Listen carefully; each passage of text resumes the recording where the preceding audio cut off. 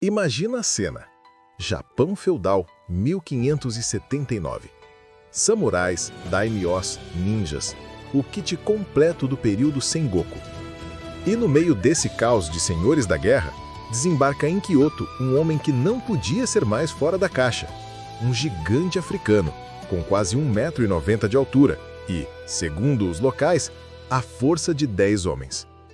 Hoje vamos falar da história real que parece fanfic, o maior Isekai, outro mundo que já aconteceu. Esta é a história de Yasuke, o homem que saiu do anonimato total para se tornar o guarda-costas pessoal do lorde mais temido do Japão, Oda Nobunaga. Peguem suas katanas porque o rolê é absurdo. Yasuke não brotou no Japão magicamente. Ele chegou como servo de um missionário jesuíta italiano, Alessandro Valignano. Naquela época, os jesuítas estavam tentando, com algum sucesso, catequizar o Japão. Mas em 1581, quando Valignano foi encontrar o chefão Oda Nobunaga, ele levou seu assistente musculoso. O problema? Os japoneses nunca tinham visto uma pessoa negra. Quando Yasuke entrou em Kyoto, a cidade parou, literalmente. Relatos da época dizem que o tumulto foi tão grande que várias pessoas foram esmagadas tentando vê-lo. Acharam que ele era um tipo de deus da guerra ou talvez um demônio. A pele dele era descrita como tinta de sapato. A confusão foi tanta que Nobunaga, que estava num templo próximo, exigiu ver o causador de todo aquele caos. Mal sabia ele que estava prestes a conhecer seu novo melhor amigo. Oda Nobunaga não era um cara fácil. Ele era o rei demônio, o unificador do Japão, conhecido por sua brutalidade e curiosidade insaciável. Quando Yasuke foi levado à sua presença, Nobunaga simplesmente não acreditou. Ele achou que era pegadinha, que os jesuítas tinham pintado o cara. Então, ele ordenou o impensável. Mandou seus servos despirem Yasuke da cintura para cima e tentarem lavar a pele dele. Sim, Yasuke foi literalmente esfregado na frente da corte japonesa. Quando a tinta, obviamente, não saiu, Nobunaga ficou em choque e depois fascinado. Ele não estava olhando só para a cor ou a altura. Ele viu um guerreiro. Yasuke não era só forte, ele falava japonês, ou estava aprendendo rápido, e tinha o que vamos chamar de QI de protagonista. Nobunaga decidiu que aquele homem era dele. Nobunaga ficou tão obcecado por Yasuke que convenceu, leia-se, forçou, os jesuítas a deixá-lo para trás. Em questão de meses, a vida de Yasuke deu um salto quântico. Ele deixou de ser um servo de missionário jesuíta para se tornar um Koshō, o círculo íntimo de guarda-costas e assistentes pessoais de Nobunaga. Isso não era pouca coisa. Nobunaga deu a ele uma casa, um servo pessoal e, o mais importante, o direito de usar 2 espadas, daisho, e uma katana cerimonial. Yasuke tinha virado, para todos os efeitos, um samurai. Ele era o único não japonês no círculo de confiança do daimyo. Ele comia com Nobunaga, cavalgava ao seu lado e, segundo relatos, era o único que tinha permissão para carregar as armas pessoais do Lorde. Ele virou o segurança VIP do homem mais perigoso do país. Mas Yasuke não era só um item de colecionador exótico. O Japão estava em guerra civil, e Nobunaga estava no meio dela.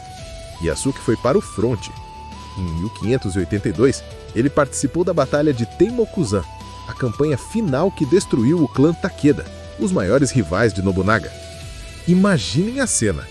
No meio dos soldados japoneses, surge uma unidade de tanque humano, um gigante africano com armadura completa, destruindo tudo.